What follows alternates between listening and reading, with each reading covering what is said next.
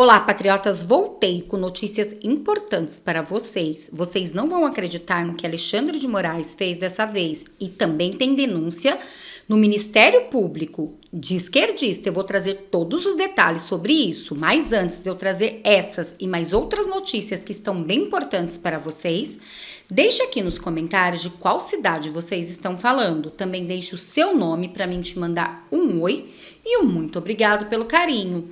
E o meu muito obrigado de hoje vai para José Maria de Caçapava. Muito obrigado, José Maria, pelo carinho. Agora, sem mais enrolação, vamos para as notícias, porque o vídeo de hoje promete. Vem comigo saber tudo que está bombando no mundo da política. E já vamos começar com esta bomba que trouxe Alexandre de Moraes. Olhem esta notícia. Alexandre de Moraes alega diligências pendentes e prorroga por mais 90 dias inquérito das milícias digitais antidemocráticas. Alexandre de Moraes prorrogou por mais 90 dias o inquérito das milícias digitais que investiga grupos que estariam atuando contra a democracia. Essa é a 9ª prorrogação do inquérito, que foi aberto em julho de 2021, depois do arquivamento do chamado Inquérito dos Atos Antidemocráticos, aberto em 2020. No documento, Alexandre de Moraes alega que a Polícia Federal solicitou mais tempo para analisar o relatório final da CPI do 8 de janeiro. Silvio Navarro, esse inquérito das milícias digitais seria um filhote aí do inquérito dos atos antidemocráticos que foi arquivado. É a 9ª prorrogação. Isso não é normal, né, Silvio? Está durando muito mais que o julgamento de Nuremberg, né? Realmente, gente, se vocês perceberem, está passando de todos os limites. E prorrogar por mais 90 dias esse inquérito das milícias digitais, na verdade, é meio que um filhote, igual ela disse, do inquérito do fim do mundo, né? Mas os jornalistas da Revista Oeste vão revelar tudo. O que eles vão trazer vai deixar vocês de queixo caído. Prestem atenção no que vai dizer Silvio Navarro sobre isso e vejam o quão grave é isso para o povo brasileiro e para o Brasil. Do começo do fim da guerra até o momento da condenação. Chama a atenção, sobretudo, o argumento. A Polícia Federal precisa de tempo para analisar o relatório da CPI do dia 8 de janeiro do Congresso. Joga no lixo, não precisa analisar nada. Aquele relatório foi feito pela Elisiane Gama, nós sabemos como ele foi feito, verdade. Nós sabemos tudo que ele escondeu em vez de revelar. Foi para isso que aquela CPI serviu, para blindar o chefe da Elisiane Gama, o ministro Flávio Dino, que está a caminho, aliás, do Supremo Tribunal Federal, nessa baderna institucional que é o Brasil. Um ministro da Justiça vira ministro do Supremo, que se aposenta, advoga para uma empresa investigada no Supremo e termina ministro da Justiça. Realmente, né, gente? Se vocês perceberem, de fato, o que está acontecendo no Brasil é algo gravíssimo. O ministro da Justiça não apresenta as imagens que poderia resolver tudo na CPMI. Pois bem, é blindado. Além disso, tem o caso do G. Dias, que ninguém mais toca no assunto, mas precisamos sempre lembrar daquelas imagens que foram vazadas pela CNN. Enquanto isso, muitos estão presos, tendo crimes gravíssimos. Enquanto isso, muitos estão presos, que é o caso do Coronel Naime. Já G. Dias, ninguém toca no assunto. Então, essa CPI foi feita somente para blindar todos aqueles que estavam com o governo. Foi raptada pela esquerda. Realmente, o que está acontecendo no nosso Brasil chega a ser surreal. Seria uma piada se não fosse tão trágico. Essa é a história de Dino e Lewandowski, para citar só um caso. Esse inquérito já durou muito mais tempo do que devia, porque o ministro Alexandre de Moraes insiste na tese de provar um golpe de Estado que nunca existiu.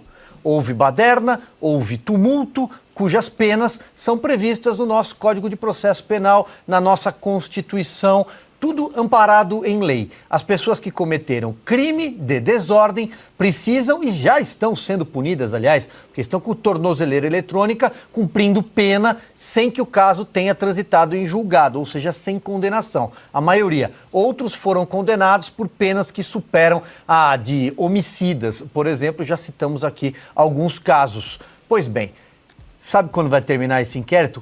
Vai acabar quando termina. Palavras do ministro Alexandre de Moraes em entrevista no final do ano ao jornal Folha de São Paulo. Por quê? Porque é uma ferramenta de intimidação eterna. é uma espada apontada para um lado só do espectro político brasileiro. Os conservadores, os liberais, os bolsonaristas, a direita. É para isso que serve esse inquérito. Realmente, né, gente, com esse inquérito intimida as pessoas. E assim o povo se cala. Na verdade, é isso que eles querem, que o povo conservador se cale, fique com medo. Mas não podemos se calar diante de tantos absurdos. Temos que trazer a verdade. O povo precisa saber da verdade. Porque se isso ficar somente para as mídias tradicionais, nós já sabemos, né? Passando pano atrás de pano para Lula. É igual Miriam Leitão fala, né? A inflação tá ruim, mas tá bom? Para intimidar, para perseguir. Do contrário, ele já teria terminado. Tempo já teve para concluir aonde estão as milícias digitais e onde elas atuam. Se quiser, inclusive, sugestões, basta olhar como funciona a Choquei, como funciona as agências que estão por trás de tudo isso, como é que funcionam os MAVs, a militância digital de esquerda no Brasil. Mas essas não estão em nenhum inquérito. Curioso. Posso aproveitar aqui o nosso... Por favor. A nossa enciclopédia. Quantos anos eles estão investigando? Há quantos anos estão O investigando? inquérito matriz completa 5 anos. 5 anos. Sim. E a Polícia Federal 4, 7, está 8, precisando 1. dos deputados agora para fazer alguma descoberta. Está precisando dos assessores da Elisiane Gama. Pronto, não descobriram o suficiente para condenar ninguém de maneira decente, seguindo o processo legal. Então demite, pelo menos, a Polícia Federal que está trabalhando nisso. 4 anos, é o que eu digo, em 4 anos um estagiário da CIA decifra qualquer caso.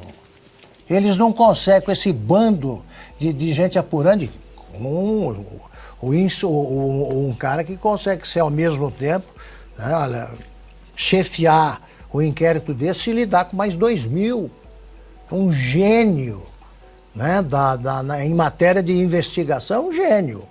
Conduz 2.000 inquéritos, não conclui nenhum, e quando condena a mais tempo de prisão do que são condenados pelo próprio Supremo os chefões do narcotráfico.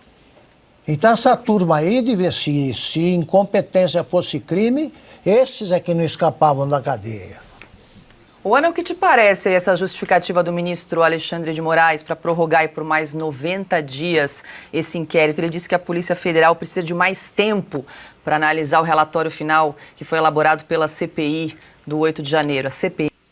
Prestem atenção que agora a Ana Paula Henkel, sempre precisa em suas análises, vai destrinchar todo esse caso e com riquezas de detalhes vai trazer o que está por trás disso. Vejam. Menina. Olha, eu acho que vocês estão errados, tá? Eu acho que o ministro Alexandre de Moraes prorrogou o inquérito porque ele descobriu o plano de quem queria enforcá-lo em praça pública. Então ele vai colocar essas pessoas agora no inquérito, vai mostrar para o Brasil quem estava planejando, a milícia digital que planejou o assassinato e o enforcamento de um ministro do Supremo Tribunal Federal em praça pública.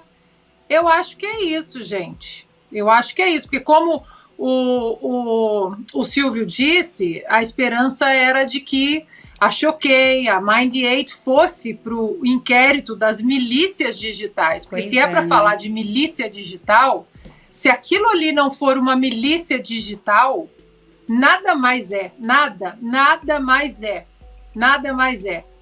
Milícia digital, influenciadores que eram alertados, mensagens disparadas, né? Como aqui nos Estados Unidos a gente fala o tal do dog whistle, um apita e todos, né? Todos os cachorros ali, todos os minions saem falando a mesma coisa. Um assassinato de reputações planejado, orquestrado, organizado, com alvo, direcionado, com tempo para começar, tempo para acabar. Lembrando que, entre isso, teve aquela jovem, Jéssica Canedo, aonde ela se suicidou devido a essas milícias digital, que foi o caso da Choquei. Mas isso já foi abafado, vocês perceberam, né? A mídia nem toca no assunto sobre isso. Enquanto isso, Alexandre de Moraes está procurando aqueles que estavam relacionados ao golpe. Segundo ele, o golpe. E é por isso que ele está perseguindo tantos deputados. se isso não for milícia digital e se isso não está nesse inquérito, eu acho que é porque ele descobriu quem a milícia digital, né, os que estavam falando na internet, que tinham um plano cinematográfico para enforcar Alexandre de Moraes em praça pública. É melhor nem comentar, né, gente? Vamos evitar. Mas que essa história está complicada, e se está, será que o ministro não vai provar quem foi que disse isso? Ou será que foi palavras jogadas ao vento? Porque quando eu faço uma acusação tão grave, aquela acusação que ele disse desse possível enforcamento de um ministro do STF, todo o povo brasileiro quer saber quem são essas pessoas que estão fazendo isso. Mas também não estamos ouvindo nada sobre isso. A mídia tradicional? Silêncio sepulcral. Deputado Guto Zacarias aciona MP de São Paulo contra José Genuíno por incentivo a boicote contra empresas de judeus. É isso mesmo.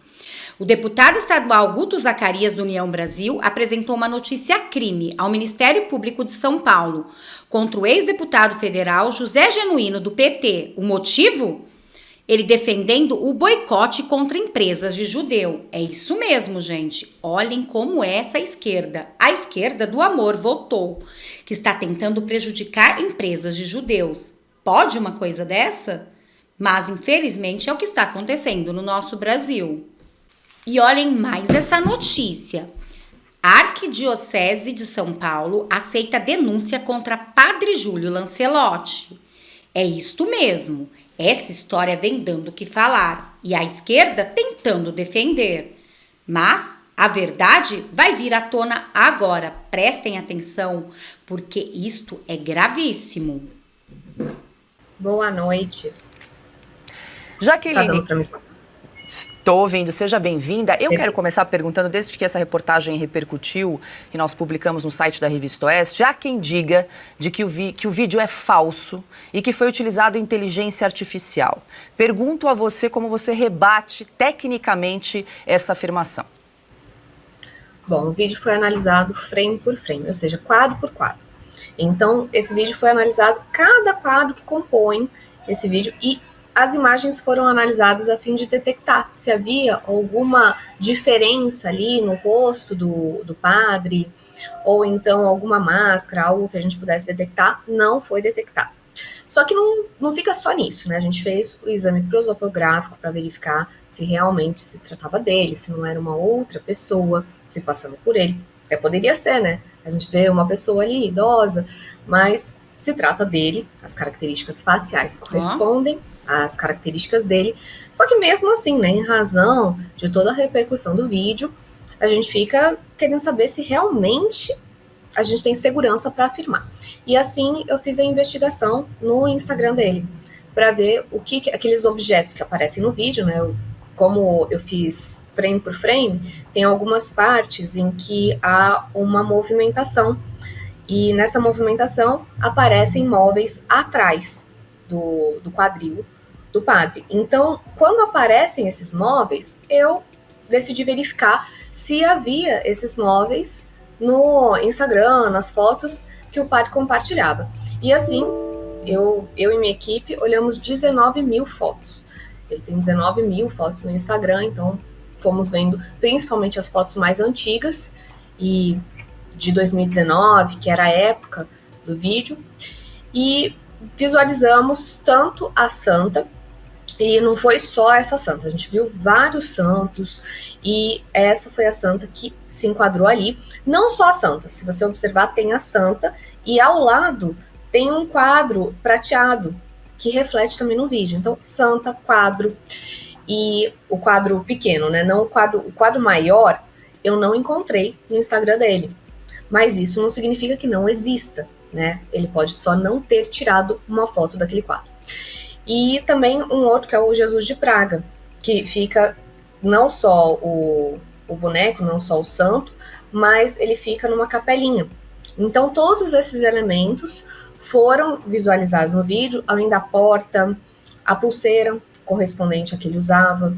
Então, além da análise prosopográfica, além das características faciais, dos vincos, a gente também encontrou...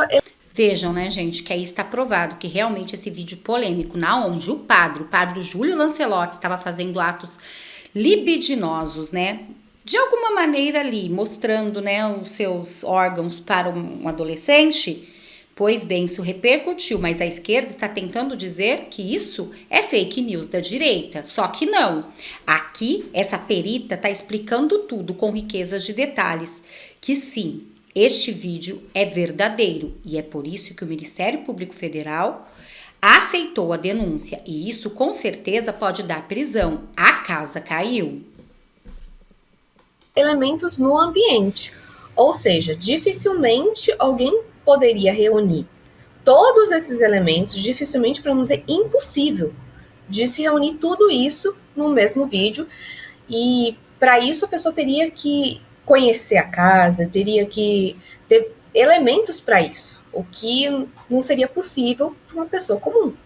Então, isso, a alegação de deepfake não corresponde com o vídeo, então o vídeo ele não demonstra nenhum indício de deepfake e apresenta tanto a correspondência facial com o padre e as características ambientais que ele mesmo disponibilizou no Instagram.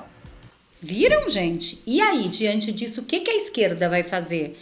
Vai continuar dizendo que é fake news? É lógico que sim, né?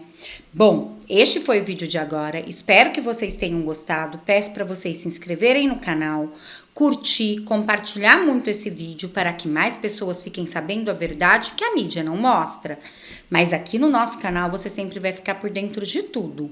Muito obrigada a todos. Até daqui a pouco eu volto com mais vídeos, mais notícias e mais reacts para vocês.